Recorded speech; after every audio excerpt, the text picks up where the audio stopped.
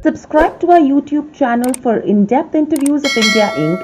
and press the bell icon so that you do not miss our updates.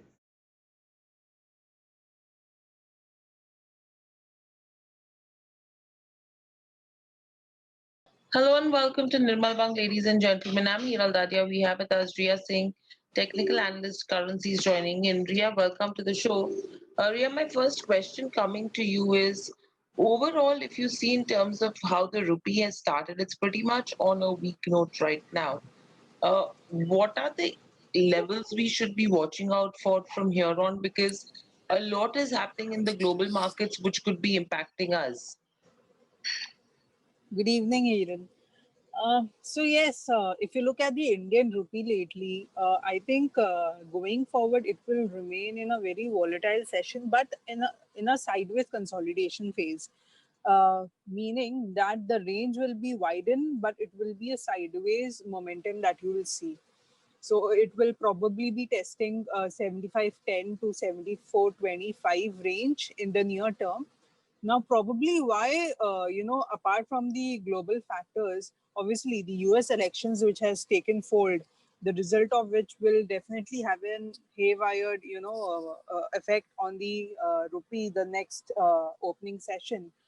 But as well as if you look at the central bank action, the RBI has been very, very active in buying dollars on the domestic front, and we are seeing swelling up its forex reserves. So on the part of the data that it released uh, in the last week, we are seeing quite a build-up in the forex reserve. So this is another factor that is right now playing out, where the rupee is testing its the lowest against the dollar in the month. So I think the pressure will be there into the rupee for the coming session, and we can see, testing it around 75, 75, 10. But I think from there, at least on a shorter term, you'll see rupee again testing the lows of 74, 25, 74 for the coming sessions. Right. So that's with regards to where the Indian rupee is concerned. Now, moving from here on, overall, if you go to see with what's happening in the US as well, you have the US elections which are lined up. Uh, Right. Anything can come in on that front. You have the stimulus package that could be in focus. And you have the Federal Reserve that is expected to have their meeting as well. Taking all of this into consideration, you've seen the index which has continued, remaining volatile, and you have seen a lot of action that's going towards the yen as a safe haven. What would your view be with regards to the dollar index as well as the yen? Yes. So, yes, if on dollar index on the part, I think apart from the U.S. election will definitely have its play, and we were expecting the fiscal package to be announced before the elections. The reason why dollar index was correcting before. But in the intraday sessions, we are seeing quite a dip into the dollar index. It corrected around 0.4%, which boosted the other par currency in the basket. So I think this has come in line with the expectations of the parties that would be, the poll. If you look at the poll, it has been drifting towards Biden. So I think this is what currently is playing into the sentiment of the market, and the reason why most of the investors are fleeing from the dollar index, probably because even if you look at the past record, whenever there is elections, there is quite a volatile momentum that is witnessed in the dollar index. So obviously the next safe haven that the investor look for is yen. The reason why I think today being the dollar index corrected the most in the intraday sessions around 0.4%. So yes, the next safe haven likely yen is seeing quite a attractiveness to the investors, as well as a bullish sentiment. So I think going forward, dollar index can test further lows. It will remain highly volatile to be taken into consideration. So I think yen and the other baskets, the other pairs in the baskets, pound and euro, can gain a bit on the back of the greenback weakening.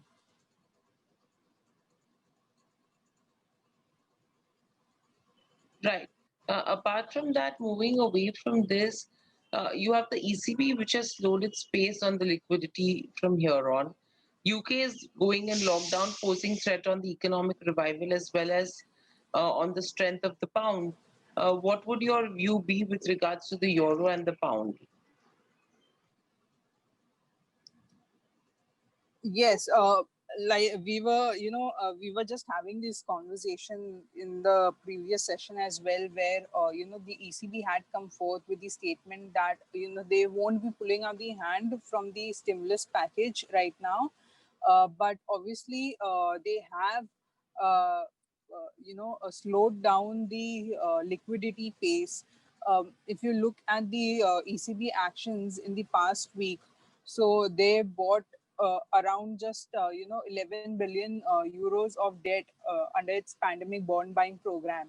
So this is the record low that they have done so far since this pandemic commenced. So I think they are taking a breather from the liquidity infusion right now and are more looking out for the revival of the economy or the economy numbers that will be posted post the post the lockdown measures that has been that has been put into place. So they are looking forward, I think, to numbers in order to get a better view as to how much the economy is needed. Though all the countries have put forth their request, but I think ECB is right now taking a breather from the liquidity infusions and is right now weighing the scale as to how much is needed and what is the actual requirement and the with that they'll be doing their liquidity infusion so far.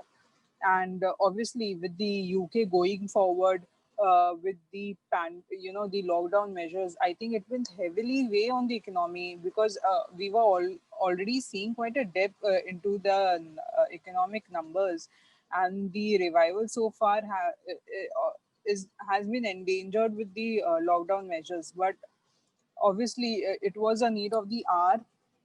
The other thing that we can expect in order to get some positivity into the pound overall will be any statement coming from Bank of England to deliver any aggressive stimulus at this week's policy meeting. So the this week policy meeting is something that is that the market as well as I am looking forward not only with the Fed but also with the Bank of England, because they were into talks of delivering the delivering the stimulus like in December or later November. But I think the lockdown measures will definitely weigh on the overall economic and business activity. So I think they can prepone the stimulus package, and that is something that we'll be looking forward to into the coming policy meeting.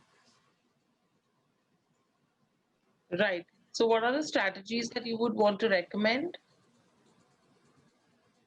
I think for intraday session, we can definitely, see some correction that can happen into the rupee, because we are still seeing quite a dip of happening on the dollar index part. Right now, it is at 93.53, which is beyond 0.4% right now in the intraday session. So I think a small dip can happen in the opening session for the rupee around 70. I think it should be bought on dip, taking into consideration the overall scenario. Obviously, it will be it will remain the two pairs that will remain very volatile will be the rupee and JPY for the coming sessions. So play cautious in both the pairs.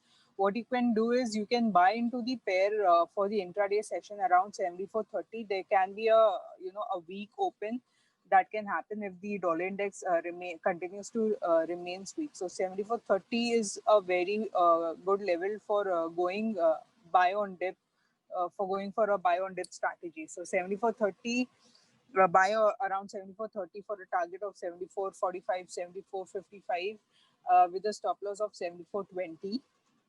in USD INR. The next strategy that you can go for is buying in euro and pound. We can see a good momentum that can come forward at least on an intraday basis for the euro and pound. So you can buy around 87, above 87.17 for the euro INR.